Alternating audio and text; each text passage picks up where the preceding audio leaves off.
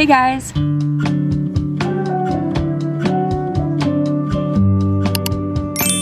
Welcome back to my channel. My name is Bianca and this is my 2024 book review. I actually made it a goal this year to read as many books as possible because I am not really a reader, or I used to not be much of a reader, but this year I was able to read I think about 11 books, which is quite a lot, especially considering that it's still the month of September and I have like another 3 months to go. So yeah, if I read any more books, I can make a part 2 to this video at the end of the year.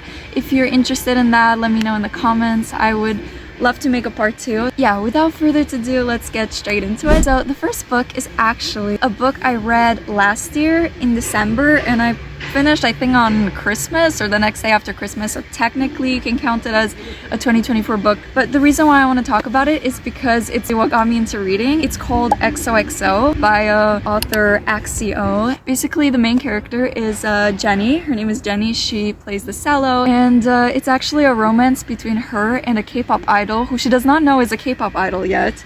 She meets him at her uncle's karaoke bar and later finds out while moving to Korea that he's actually part of a boy band, and that's where the romance grows. Since he's a K-pop idol, he is not allowed to be in a relationship. If you like the forbidden romance trope books, this is the book for you because this is basically what it's about. Aside from those two, there are a bunch of side characters that I think you would like, and they also have their own little romance going on. Actually, Axie Oh did write a book that came after XOXO named ASAP. I'll put it here, which is centered more on two of the side characters. They get a book of their own, which I think is so cool. I didn't actually read that yet. It was released February of this year, but I highly recommend XOXO, and I think I would rate it at 8.5. I really like the book, but there are some better ones coming up, some better books that I read, and I don't want to list it too high, so I think 8.5 would be a good starting point. On to the next book.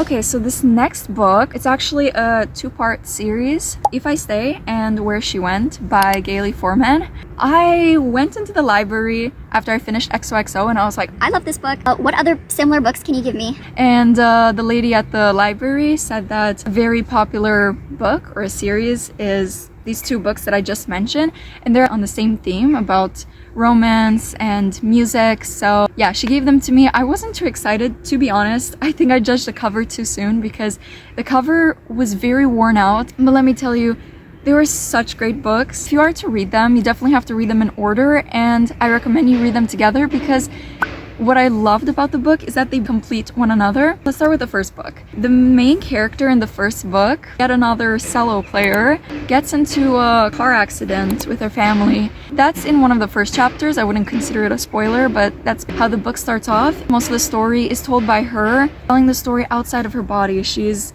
watching everything like if it's all a dream, yet she's able to see everything that's going on while her body is literally in a coma. The next book, Where She Went, happens a few years later and is told in the perspective of her boyfriend. His name is Adam, by the way. He is actually in a band, in a rock band, and her boyfriend and her broke up. Yeah, and they re-meet after a few years. They rebuild their relationship from there, and it's such a sweet book, honestly. I think I like the second book way more than the first one. The first one, some people say it's a bit boring, but the second one is more action-filled. So I think I'll give the first book, If I Stay, like a 7.5. I don't know, is that too low?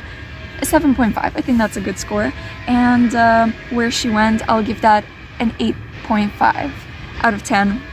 Okay, so this next book, I think I read it in March. I wanted to try something a bit different. I explored the nonfiction section at the library, and I just picked out a random self-help book for fun. It was a very busy point in my life. I just felt like I wanted to take a break from fiction and try something a bit different. So the next book that I chose is Make Your Bed by William H. McRaven. It's basically a collection of 10 lessons he learned while serving in the Navy, compiled it into a book and named it Make Your Bed because the first lesson is make your bed. He even made a speech about it. The idea is get something done as soon as you wake up so that it motivates you to continue being productive throughout the day. And if for some reason you end up having a bad day, at least you have a made bed to go back to Each principle was divided into a different chapter, so I was just reading every night a different chapter, and the next day I was trying to implement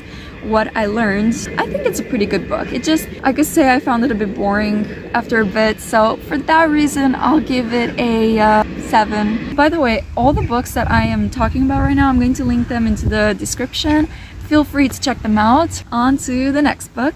The title is a bit longer, so I had to write it down for this one. A semi-definitive list of worst nightmares by Krystal Sutherland. Yeah, it's a pretty long name. This book, I got it just for fun because I felt like reading something comedic, something funny. This definitely was funny and sweet. Esther, the main character, she believes her family is cursed. Each member of her family has a different phobia, which they believe would eventually lead to their death. For example, her mom is very afraid of bad luck. She's very superstitious. Her dad is afraid of people and crowded places. I think that's called agoraphobia. Her brother is very scared of the dark. Hi, sisters!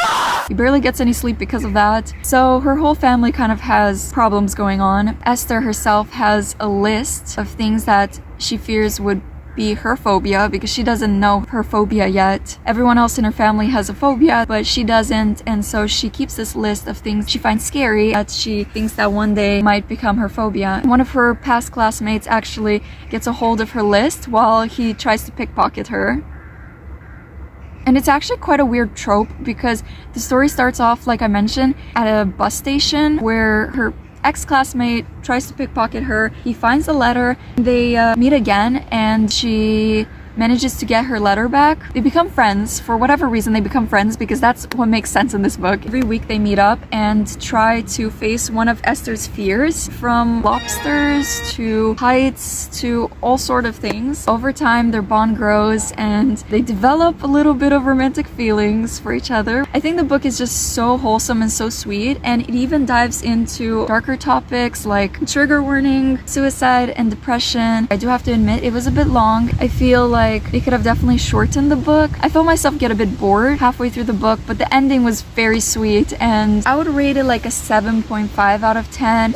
Alright, so the next book, you probably heard about it, The Girl on the Train by Paula Hawkins. This is a book that so many people have been talking about and so many people have been recommending it to me, and I was like, okay, I'm gonna give it a try. So I did. Let me just say that from the first chapter, I fell in love with it. I feel like the writing was so good. With most books, it takes me 4 or 5 chapters to get familiar with the characters and the story in order to like it, but no, this one really hooked me from the first chapter, and so bonus points for that. It's a thriller mystery novel. The story is told from the point of 3 different characters, each character telling the story in their own way. One of the characters goes missing, and the whole time you're trying to figure out what happened. The book constantly keeps you on your toes, not knowing what's going to happen next. There's a guy yelling. I'm not sure if he's yelling at me or... Anyways, I'm filming this in the park, by the way. I was expecting to get more weird reactions from people, but everything's been chill so far, except for, yeah, that. Anyways, back to the story. I can see why it's popular. I wouldn't call it overrated. I think it really deserves the hype that it has. If you like mystery novels, thrillers, crime, hint hint, there's a bit of crime happening, you're gonna love this book. Overall, I think I rated a 9 out of 10. The ending was not what I expected it to be, so for this reason, I'm gonna give it a 9 instead of a 10. But other than that, it was a wonderful book, and I highly recommend it. So the next one is my absolute favorite book ever. Pride and Prejudice by Jane Austen. I don't think there's any other book that will top this. Pride and Prejudice is the first book I read from Jane Austen, and after that I got so hooked to her books, I started reading a lot more, so you're gonna see a lot more Jane Austen books coming up in this list. Pride and Prejudice was my favorite and is still my favorite. I don't want to give away too much. I just want to say go read it. It's such a good book. Just to give you a heads up, it's less focused on the plot, it's more focused on characters. So if this is not your type of book, then I don't recommend Jane Austen. But if you love books that focus on characters, character development, and romance, this is the book for you if you haven't read it yet. I'll just give it straight up a 10 out of 10. That's how much I love it. I watched the movie, and I feel like this is one of the rare times when the movie does the book justice. When I'm talking about the movie, there are multiple Pride and Prejudice readaptations. I'm talking about the 2005 movie. I think is the most popular one as well, and that's the one that I recommend you watch. But definitely do read the book before you watch the movie. Anyways, let's get on to the next book. Okay, so after reading Pride and Prejudice, I wanted to see what other books Jane Austen had, and so I picked up Emma, which is was her longest book. It's a really long book and took me forever to finish. It's a bit more difficult to understand than Pride and Prejudice. There was a point where I just didn't understand what was going on and actually was ready to stop reading the book. Then I watched the movie. It helped me visualize what was going on, and then I continued reading. And guys, I love Emma so much. Probably not as much as Pride and Prejudice, but it's right there, like right underneath Pride and Prejudice if I had to rank them on a tier list. Once again, very focused on the characters and character development. The main character starts off as, I wouldn't say the antagonist, but she starts off very prideful. Her name is Emma. Obviously, the book is named after her. Basically, she thinks she's a very good matchmaker, and she tries to match her friends in relationships. They turn out actually so disastrous. It's quite funny. I think the characters are so sweet. I got attached to every single one of them. They're so lovable. We got the main romance going on between the main character Emma and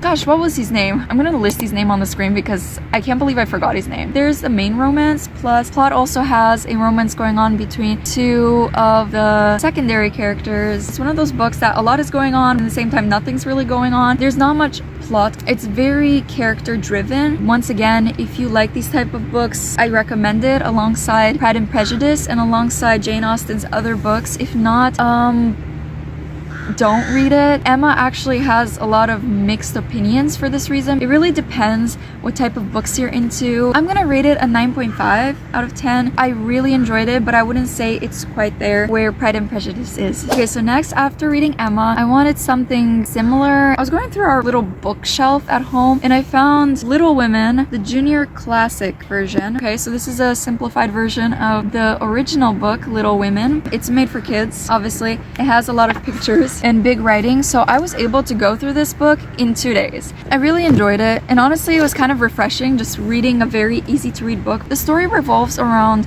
4 sisters, Megan, Jo, Beth, and Amy. It's actually inspired off of her own family, her and her sisters. It just talks about everyday things, about Megan going to a party, Jo making friends with her neighbors, and it's such a heartwarming book to read. There is actually a part where one of the characters dies. I don't want to spoil it. I don't want to spoil which of the characters dies, but she's a very dear character to me, and I feel like the story wasn't the same without her, so if you know, you know. I think I'll read the original extended version just because I wasn't aware of the fact that this was a simplified version. I thought that Little Women was written as a kids novel. Now that I know that there's a longer version, I'm probably gonna read that, and I'll let you know what I think of it then. But for now, I'll give it a 9 out of 10. This next book my mom actually got for me for my birthday, and it's another Jane Austen book. She knew how much I like Jane Austen. She originally wanted to give me the book Emma, but I was actually reading it at the time. She ended up getting me Persuasion. I think the cover is just gorgeous. I was so excited when I saw this. This is the type of book that I would want on display just because of how cute it is. It's a lot shorter than Emma. I really liked the plot when I read the description. I can actually read you the description right now. Persuasion narrates the emotional journey of a protagonist, Anne Elliot, who chances upon Captain Wentworth, a suitor she was persuaded to reject 7 years earlier and whose reappearance caused her to reflect on past decisions and contemplate her marital future, vividly depicting the society holiday town of Lyme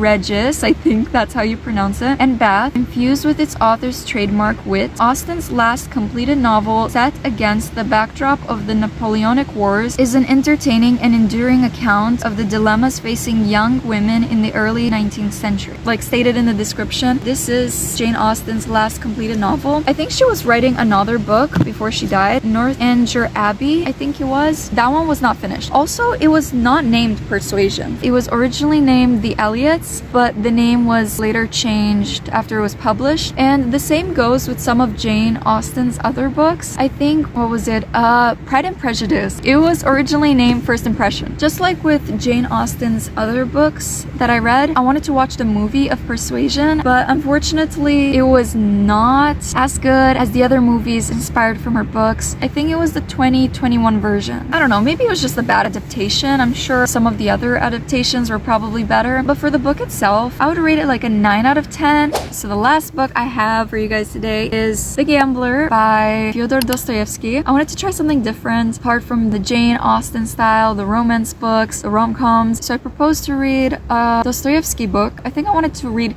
Crime and Punishment first, but that one was really long. And so I went with The Gambler just because it was a lot shorter. I expected it to be a harder read compared to the books I was reading up until now, but no. It had a lot of comedy, which I was not expecting. And contrary to the title, it's not that much about gambling. Towards the end, the main character gets into some gambling, but I wouldn't say the whole story revolves around it. This was one of the books that I just could not put down. I highly recommend this one. It's a lot more plot driven, so I think a lot of people will like this one. The book was great, characters was great, plot was great. The ending though, the ending kind of threw me off. It was supposed to end one way and then it ends a different way, which I don't know how to feel about that. It has a bit of imperfections here and there, like I mentioned towards the ending, but to be fair, the book was written in a little under a month. The writer himself was in a lot of debt and wrote the book, like the cover says, as a gamble. Basically relied on the book to make him the money to get him out of debt. That's kind of interesting if you think about. And so for this reason, I don't want to be too critical. It's still an awesome book. I would definitely reread it and would love to check out more of his books in the future. So for that reason, I'm going to give it a 9.5 out of 10.